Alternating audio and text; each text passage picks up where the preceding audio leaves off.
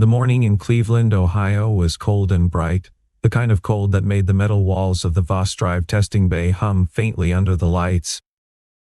Inside that vast indoor track, a sleek electric rescue truck sat motionless at the edge of a curved lane, its warning lights blinking red, its dashboard frozen on a single line of text.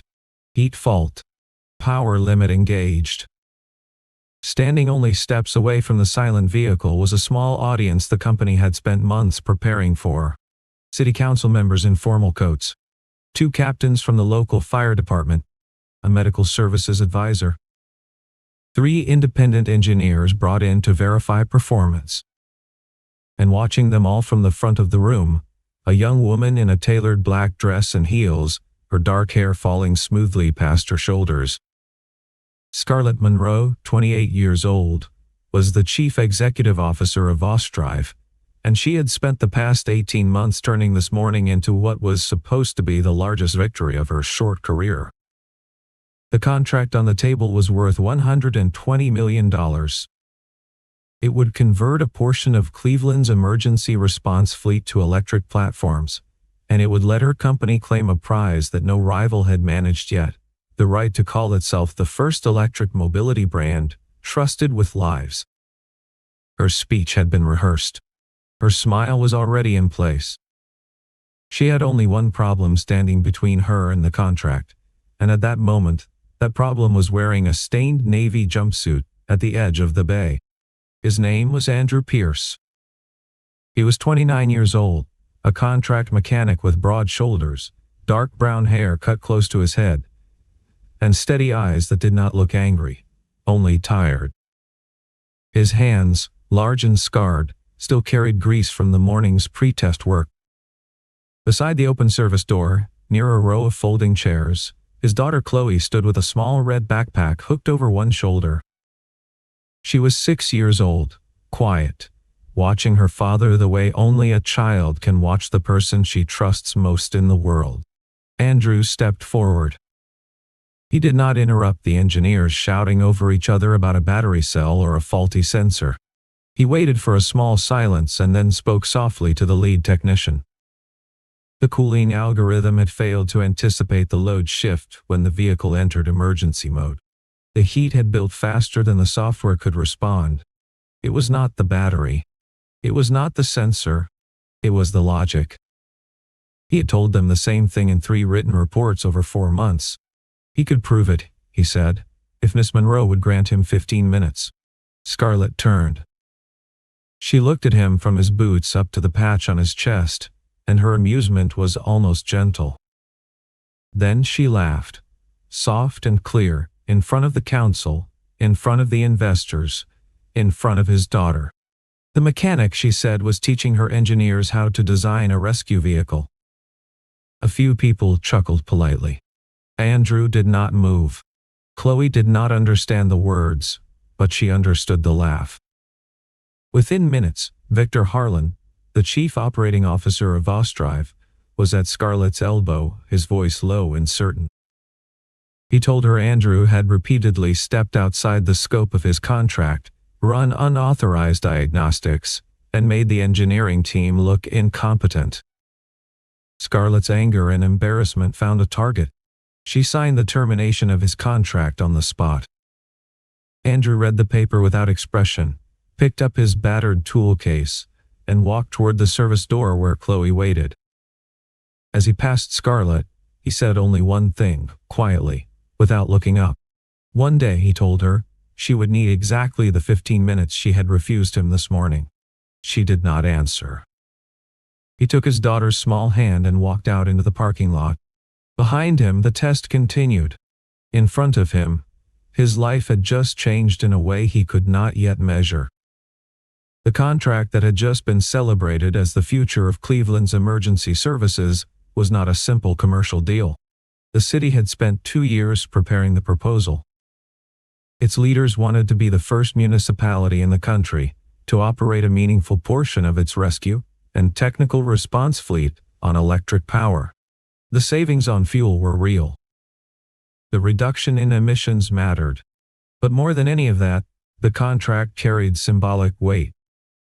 Whichever manufacturer earned Cleveland's trust would be able to walk into every mid-sized city in the country and say the same machines were now saving lives in Ohio. The trouble was that an electric rescue vehicle is not a polite delivery van. It is asked to accelerate hard, brake constantly, power medical equipment while standing still for hours, drive in summer heat with full radio and lighting loads, and never refuse a call. Its cooling system has to anticipate, not react. Its software has to know the difference between a routine patrol and a true emergency. And its hardware has to forgive the imperfect roads, crews, and weather of an actual American city. Vos Drive had money. It had laboratories. It had engineers from respected schools, and a marketing team that knew how to make every test report look like a small triumph. What it did not have was a culture that listened to people lower on the chart. Inside the company, the Cleveland contract was called the make or break, and everyone understood what that meant. Win it, and the company became a national name. Lose it, and the entire strategy collapsed. That pressure had begun to shape every decision Scarlett Monroe made, including the ones she would soon regret most. Andrew Pierce lived in a small rented house in a quiet neighborhood east of downtown Cleveland. The yard was narrow, the porch needed paint, and the garage behind the house leaned a little to one side. He was 29 years old, tall, with the kind of build that came from years of bending under hoods and lifting metal. His hair was dark brown and always cut short. His eyes were calm, the soft kind of brown that did not show fatigue easily, even when fatigue was all he carried. His wife had died 3 years earlier. The illness had been long and slow and expensive, and by the time it was over, Andrew had lost not only her, but the savings, the truck he loved, and most of his second year of mechanical engineering coursework. He had stepped out of school to work full-time, intending to return. He had never been able to. In every resume he sent after that, there was a gap where a degree should have been, and most companies stopped reading before they reached the experience that mattered. But Andrew's real education was not in any classroom. It was in junkyards on Saturdays, in the freezing service bays of small repair shops, in the long nights he spent rebuilding worn-out ambulances for a regional contractor, in the manuals he read while his daughter slept. He understood electric vehicles the way a violinist understands a violin. He could hear a coolant pump struggling before any sensor reported it. He could lay his palm on the side of a battery pack and feel the heat shifting unevenly across the cells. He could look at a data log and tell you exactly which minute the system had begun to lie to itself. He was not loud about any of it, and he did not argue with people who looked down on him. What he had instead was a single quiet rule he never broke. Anything that affected the safety of a human being was not a thing to be hurried, hidden, or rounded off. Chloe Pierce, his daughter, was 6 years old, with bright eyes and brown hair, her father braided clumsily every morning. She carried a small red backpack with a metal truck charm hooked to the zipper, a charm Andrew had welded for her the year her mother died. In Chloe's world, her father was not a contract mechanic, not a man whose paperwork was always being questioned, not someone who took home a smaller check than the engineers and their pressed shirts. In Chloe's world, her father could fix anything. The leaking faucet, the pickup that would not start in November, the night light shaped like a star that had gone dim. Every one of those, in her memory, had been mended by his hands. That was why the laugh in the testing bay struck harder than any termination paper. Andrew could absorb being insulted. What he could not absorb was the possibility that his daughter might begin to wonder whether her father was, in fact, what other people seemed to think he was. Worth less. Worth ignoring. Worth laughing at. Scarlett Monroe had not been raised to be cruel. She had been raised to win. Her parents had given her a private school education, a strong appetite for control, and a clear understanding that hesitation in public was the most dangerous habit a person could develop. By 25, she had been hired into Vos Drive's strategy office. By 28, she was the chief executive officer of a company with 300 employees and ambitions that stretched all the way to Washington. Her flaw was simple, the kind of flaw that does not show itself until the right person comes along to test it. She believed authority belonged to titles. The voices she trusted were the voices of vice presidents and senior engineers and major investors. The voices she filtered out were the voices of mechanics, drivers, technicians, and crews. She did not despise those workers. She simply did not believe their conclusions could be more correct than the conclusions of the people who had hired them. Standing constantly near her elbow was Victor Harlan, the chief operating officer, 46 years old, an expert at language and survival. Victor had signed off on the cooling architecture used in the Cleveland prototype. He had also been the man who, 6 months earlier, had received 3 written reports from a contract mechanic named Andrew Pierce, each warning him that the thermal management software was reacting too slowly under simulated emergency loads. Victor had filed each report under what he labeled informally as field observations, lacking sufficient engineering basis, and had not forwarded any of them to Scarlett. He had reasons. If the lead office discovered that a major flaw in the platform had been documented and ignored, he would lose his job, and possibly more. So Victor smiled, dressed sharply, gave Scarlett the reports she wanted to see, and turned every uncomfortable detail into a manageable footnote. She trusted him because he spoke the language of executives, and because his presence allowed her to feel that the company was, in the most important sense, under control. She mistrusted Andrew not because he was wrong, but because his very existence challenged the picture she had built. What she did not yet understand, that morning in the testing bay, was that the picture had cracks. The pressure of the contract had narrowed her vision. The need to look perfect in front of the city council had made her sharper, faster, and far less willing to slow down for inconvenient truths. When she fired Andrew Pierce, she believed she was protecting a deal. She did not realize she had just pushed the only man who could have saved her company out of the building. By the time Andrew reached the parking lot with Chloe's small hand inside his, the news had already moved through the bay. The other technicians watched him pass without meeting his eyes. The engineers were already back at the dashboard, blaming the battery vendor, blaming the weather, blaming the test track. Inside, Scarlett gave a smooth 2-minute speech about the rigorous quality controls VosDrive applied to every iteration, and the council members nodded the way people nod when they want to believe something is true. Outside, in the cool air of the parking lot, Chloe finally spoke. She tugged her father's sleeve and asked a question that he was not prepared for. She wanted to know why that lady had laughed at him. Andrew stopped walking. He crouched down so that he was at her level. He had spent the entire morning holding himself together, and he kept doing it now. He told her that some people only saw the dirt on the outside of a jumpsuit, and they forgot that there were thoughts inside the head of the person wearing it. He told her that did not make the thoughts smaller. He told her she did not need to worry about what other people saw, because he would always be the same to her, whether anyone laughed or not. Chloe accepted that the way children accept large things they do not fully understand. She held his hand tighter and they walked to the old pickup truck parked at the far end of the lot. He buckled her into the back seat and closed the door gently. Then he stood for a long second with his hand on the truck's frame and let himself feel, just for that second, the full size of what had happened. He had lost the contract that paid most of his rent. Lost it in front of the people who decided what kind of work a man like him would get next, and lost it in front of his daughter. He breathed in slowly and out, and got into the driver's seat. Inside the bay, Scarlett returned to her office that afternoon and tried not to think about him. She told herself she had defended her engineers from an outsider who did not understand the larger picture, and that men like Andrew Pierce were a kind of professional hazard, useful in their lane but dangerous when allowed to wander into rooms above their station. The contract was already as good as won. The council would forgive the small mishap. The retests would be cleaner. Everything would be fine.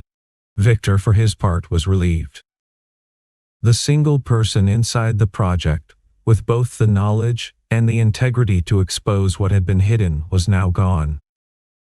He spent the rest of the day moving paperwork, adjusting reports, and quietly congratulating himself on a problem solved. He did not understand that he had not solved the problem at all.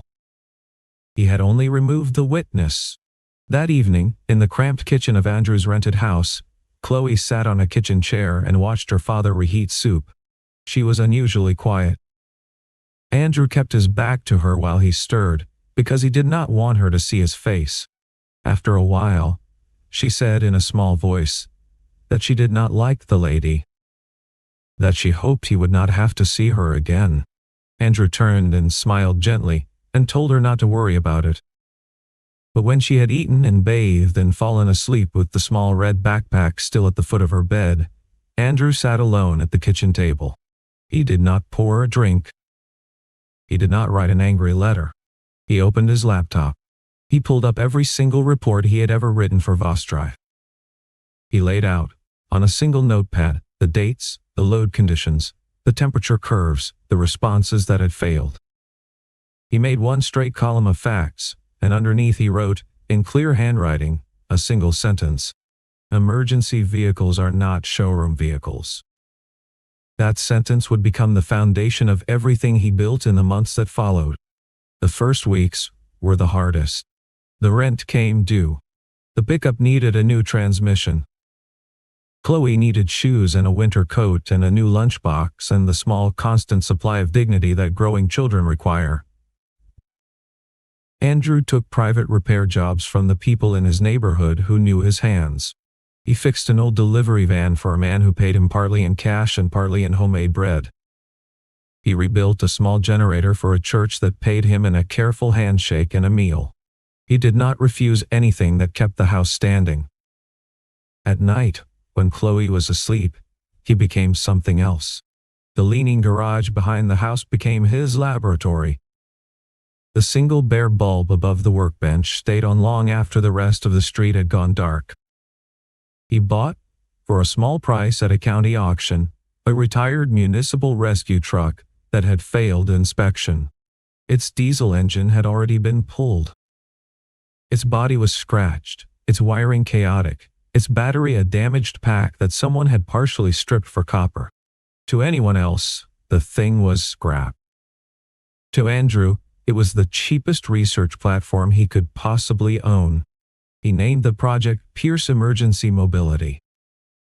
The name went on a single sheet of paper taped above the workbench, beside the sentence about showroom vehicles. He had no investors. He had no business cards. What he had was 3 years of accumulated knowledge about exactly why platforms like VosDrives were failing in the field, and a daughter he refused to let down. His first principle was simple. The cooling system would not wait for a problem to appear before it acted. It would predict.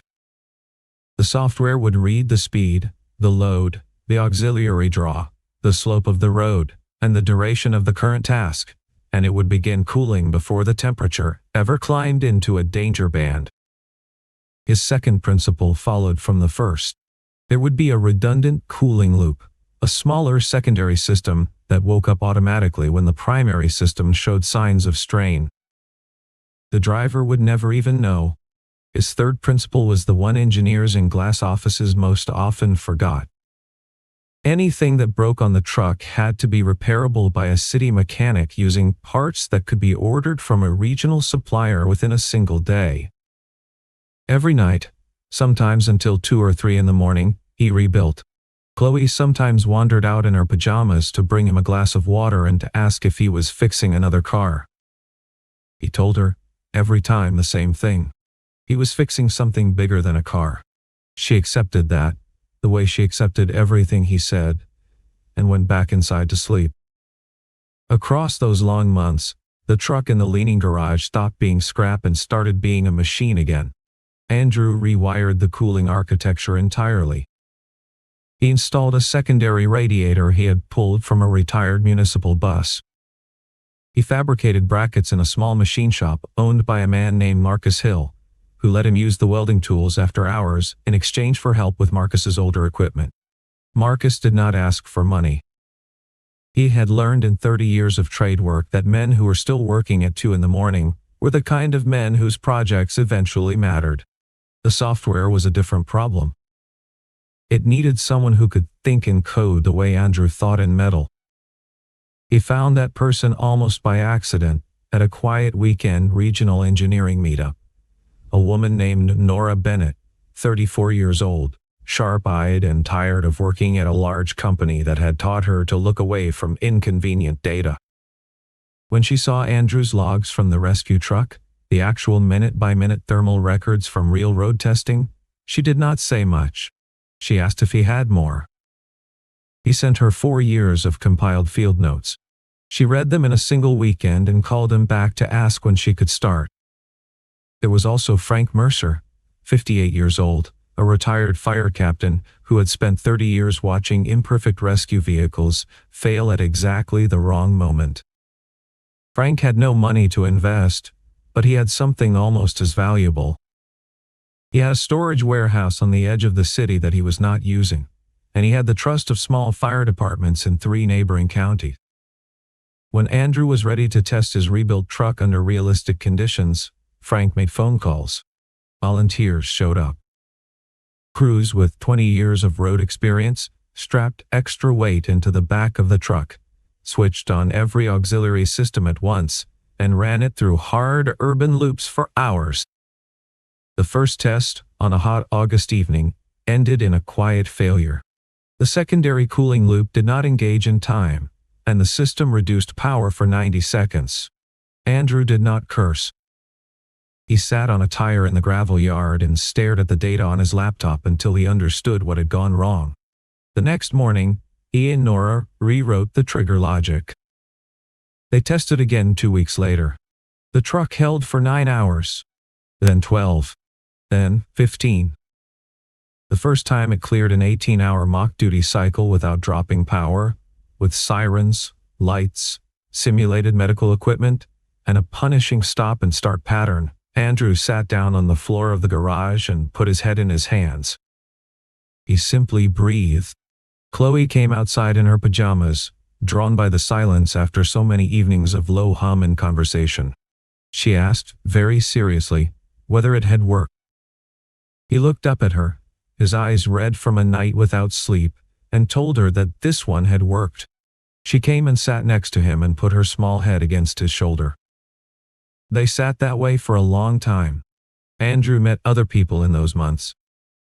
He found a young engineer named Evan Cole, 27 years old, who still worked at Vostrive and had begun to feel ill at every meeting he attended. Evan had read some of Andrew's old reports because he had been the one who quietly archived them, and he was no longer able to look at them and stay silent. He did not betray his employer. He simply began to gather, on his own time, the older flagged warnings that had been buried, and to keep them safe. He did not yet know what he would do with them.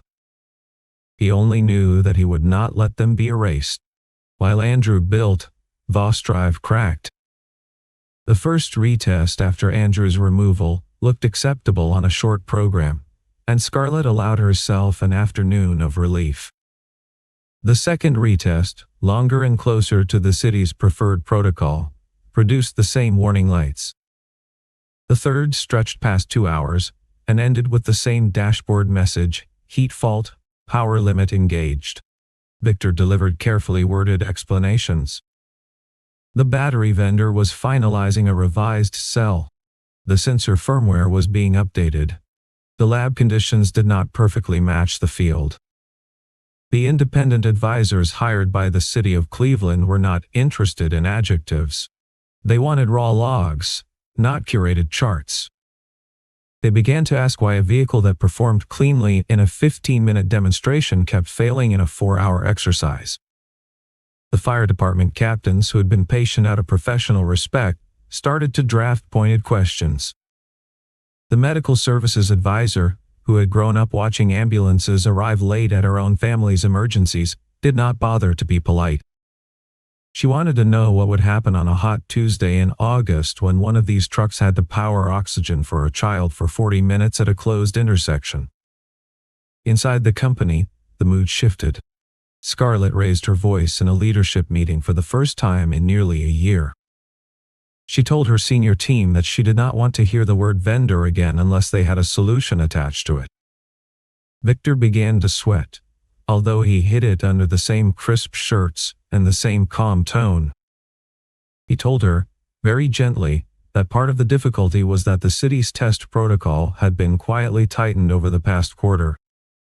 He blamed the protocol, he blamed the weather, and finally he blamed a man whose name he refused to say out loud, the contract mechanic who, in his words, had stirred up unrealistic expectations before being dismissed. That name surfaced again, twice, in places Victor could not control. The first time was when Evan Cole, after months of internal quiet, sent Scarlett a private memo attached to a single archived report. The memo had no extra notes. It only included the original document, dated, signed by the contract mechanic, describing in plain language the exact failure pattern that was now haunting the test bay. Scarlett read it alone in her office, late at night, with the door closed, and for the first time in many weeks she felt the air go thin around her. The second time the name surfaced was even worse. An assistant mentioned, during a morning briefing on competitor activity, that a small company called Pierce Emergency Mobility had been quietly winning trial contracts with smaller cities in Ohio, Indiana, and western Pennsylvania. Scarlett did not look up at first. Then, on a hunch, she asked to see the founder's photograph. When the photograph appeared on her screen, the man in the picture was standing in a clean but modest workshop. His hair was the same. His eyes were the same. The patch on his chest still said Pierce. He was, against every odds Scarlett had calculated, not gone at all. He was coming back. The Midwest Emergency Mobility Conference was held that fall in a vast convention hall outside Chicago. Bostrive had reserved the largest exhibit space at the front of the floor. Banners stretched 2 stories tall. A video wall played slow-motion footage of clean white trucks gliding through future cities. Scarlett arrived in a charcoal dress with her hair pinned in a low knot, and the cameras of the trade press found her within minutes. In a much smaller booth at the back of the technical hall, behind a row of parts suppliers and a small coffee stand, Pierce Emergency Mobility had its first conference appearance. The booth was nothing fancy. A single retrofitted rescue truck, a laptop on a folding table, a stack of printed performance reports, and Andrew Pierce in a simple work shirt with the company name embroidered above his heart. Chloe sat beside him on a low stool in a clean coat, with a sketchbook open on her knees. She did not understand most of the conversations around her, but she understood, in the same wordless way she had understood the laugh in the testing bay, that her father was being seen this time, not erased. For most of the first morning, the booth was quiet. Visitors drifted past, lured by larger logos. Then Frank Mercer arrived with Captain Howard Briggs, a fire chief from a mid-sized city in Indiana who had a reputation for asking questions that other vendors hated. He stopped in front of Andrew's truck and asked, without ceremony, how long it would hold full auxiliary load before reducing power. Andrew did not pitch. He opened a laptop and showed 18-hour curves, 3 separate failures of the primary cooling loop that had been seamlessly absorbed by the secondary, and the average time required for a city mechanic to swap a failed temperature sensor, with parts available from 3 regional suppliers.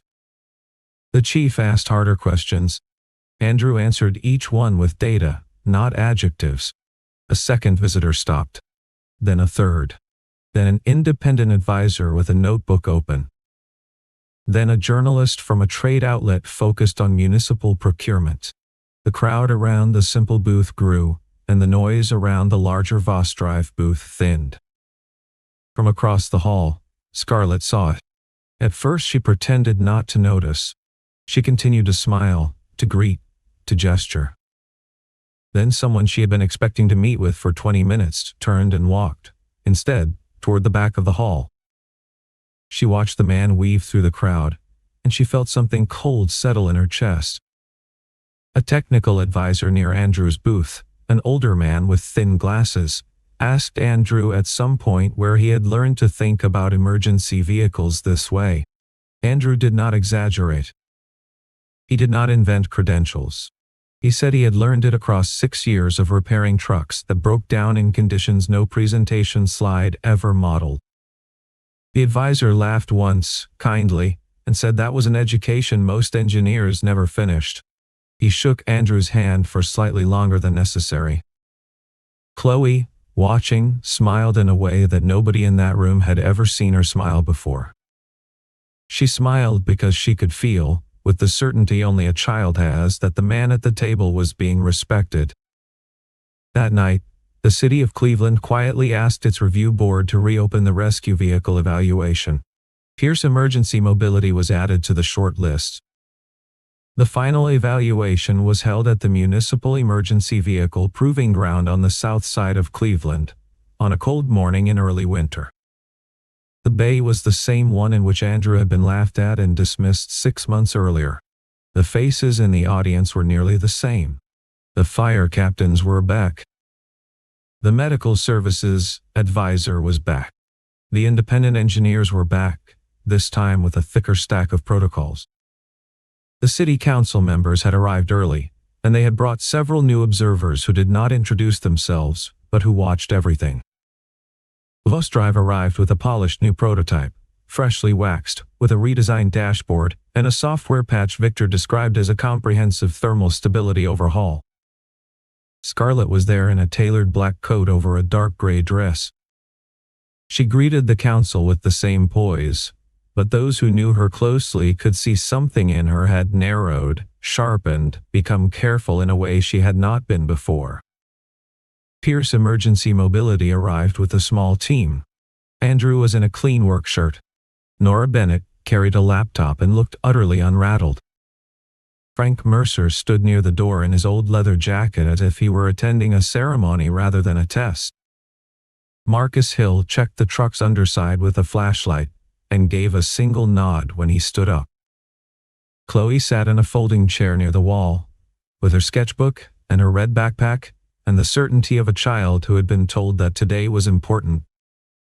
The first round of testing was an urban load simulation. Acceleration, sudden braking, stop-and-go traffic, light grades, a simulated medical bay drawing constant power. VosDrive's new prototype performed cleanly for the first 30 minutes. Then slowly, almost gracefully, its temperature curve began to climb. The system held, but the climb was visible. A council member made a small note. Andrew's truck went next. It did not accelerate as smoothly, and the dashboard was less elegant, but the temperature curve stayed nearly flat. When the load increased, a faint hum signaled the secondary cooling loop engaging before any warning could appear.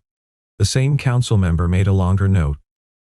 The second round was the test that Andrew had been waiting for since the first time he had read Victor's reports.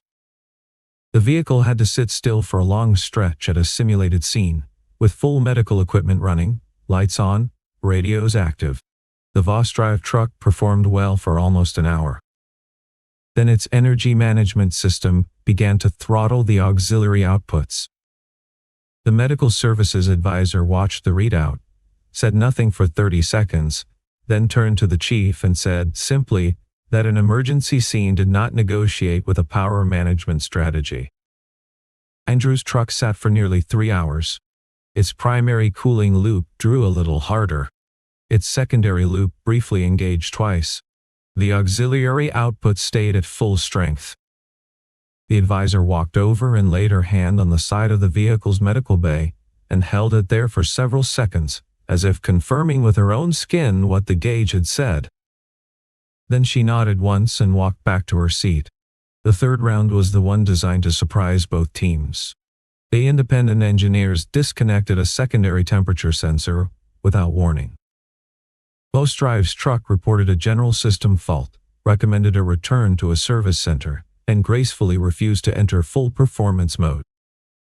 Andrew's truck recognized the missing sensor, switched to a predictive model based on the surviving sensors, alerted the driver with a clear instruction, kept mission power available, and displayed step-by-step replacement guidance with part numbers.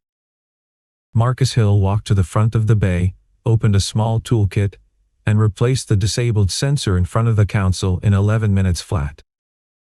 When the time came for closing remarks, Scarlett spoke first. She talked about vision, about brand, about the future of clean transportation. The words were practiced and polished, and they would have moved a different room on a different day. Then Andrew stepped forward. He did not attack Vostrive. He did not mention the day he had been dismissed. He said only that a rescue vehicle should not be designed for the best day. It had to be designed for the worst day. For the day when the road was hot, when the crew was tired, when every piece of equipment was being asked to run at the same time, and when nobody had time to call a corporate hotline to get permission to replace a sensor. The room did not erupt. Public moments rarely erupt. The council members exchanged small glances and then asked for a private 15-minute deliberation. When they returned, the chair of the procurement board stood and read a short statement. The exclusive negotiation agreement with Vostrive was being dissolved. Pierce Emergency Mobility had been selected as the city's primary partner for its electric rescue fleet pilot program. Chloe slipped down from her chair and ran to her father and tugged at his sleeve. She wanted to know, in a whisper, whether he had won. Andrew crouched down to her level the way he had done in the parking lot months earlier and held her shoulders gently. He told her, very quietly, that they had not won. They had proved that it worked. That was the better thing. Chloe did not entirely understand the difference, but she could see the look in his eyes, and that was enough. For a long moment, nobody else in the room moved. Victor Harlan stared at the floor. The Vostrive engineers stood very still in the way people stand when they have just understood something that cannot be undone. Scarlett did not change her expression. She had spent too many years training that face to let it betray her now. She stood, gathered her notes, and walked out of the bay through the side door, where the morning light came and slanted across the empty parking lot. She stood there for a few minutes by herself, and for the first time in a very long time, she did not check a phone, did not consult a schedule, did not rehearse a sentence. She simply breathed. She thought about the morning months earlier when she had laughed at a man in a stained jumpsuit because his presence had threatened the picture she wanted the city to see. She thought about the small girl in the red backpack who had been there watching. She understood at last that losing the contract was not the worst thing she had done. The worst thing she had done was to manufacture, by her own choice, the competitor who would defeat her. She turned and walked back inside. She crossed the bay slowly, past her own people, past Victor, past her stunned investors. She walked until she stood in front of Andrew, who had just finished tying Chloe's shoelace. He looked up. He did not stand. He waited. Scarlett spoke quietly. She told him she had been wrong. She told him she had been wrong not only about a system, but about him. She told him she had seen his uniform before she had seen his mind, and that she had heard the title of a man in a tailored suit before she had heard the truth of a man in a jumpsuit. She told him she was sorry that his daughter had watched her do it. Andrew listened without interrupting. He kept one hand on Chloe's small shoulder. When Scarlett had finished, he was quiet for a long second. Then he told her something that he had thought about many times in the small hours of many mornings. He had once wanted, very badly, to make her feel exactly the way he had felt that day. He had let go of that wish a long time ago. Because he had built his company only to make her sorry, he would have spent his nights living in the worst minute of his life. He had built it instead so that his daughter would grow up knowing that her father was not a man who could be erased. Scarlett nodded. She did not reach out to shake his hand, because the moment did not seem to call for it. She only said, very quietly, that she hoped she would learn from this. Then she walked away. In the months that followed, Vostrive entered a hard restructuring. Victor Harlan was investigated internally and resigned within a quarter. Scarlett kept her position, but the board attached new conditions, and she did not fight them. She changed the way her company listened. Mechanics and drivers were invited into design meetings. Field reports stopped disappearing under polite signatures. Pierce Emergency Mobility opened a modest new facility on the east side of Cleveland the following spring, clean and well-lit, with the company's simple logo on a single wall and 3 rescue trucks lined up in the bay waiting for handover. On the morning of the first delivery, a reporter asked Andrew whether he wanted to say anything to the cameras. He looked at Chloe, who was standing beside him in a small coat, holding the same red backpack. He looked at the trucks. He thought for a moment. Then he answered, with the same quiet voice he had used months earlier in a different bay, that he would prefer to let the trucks speak for him.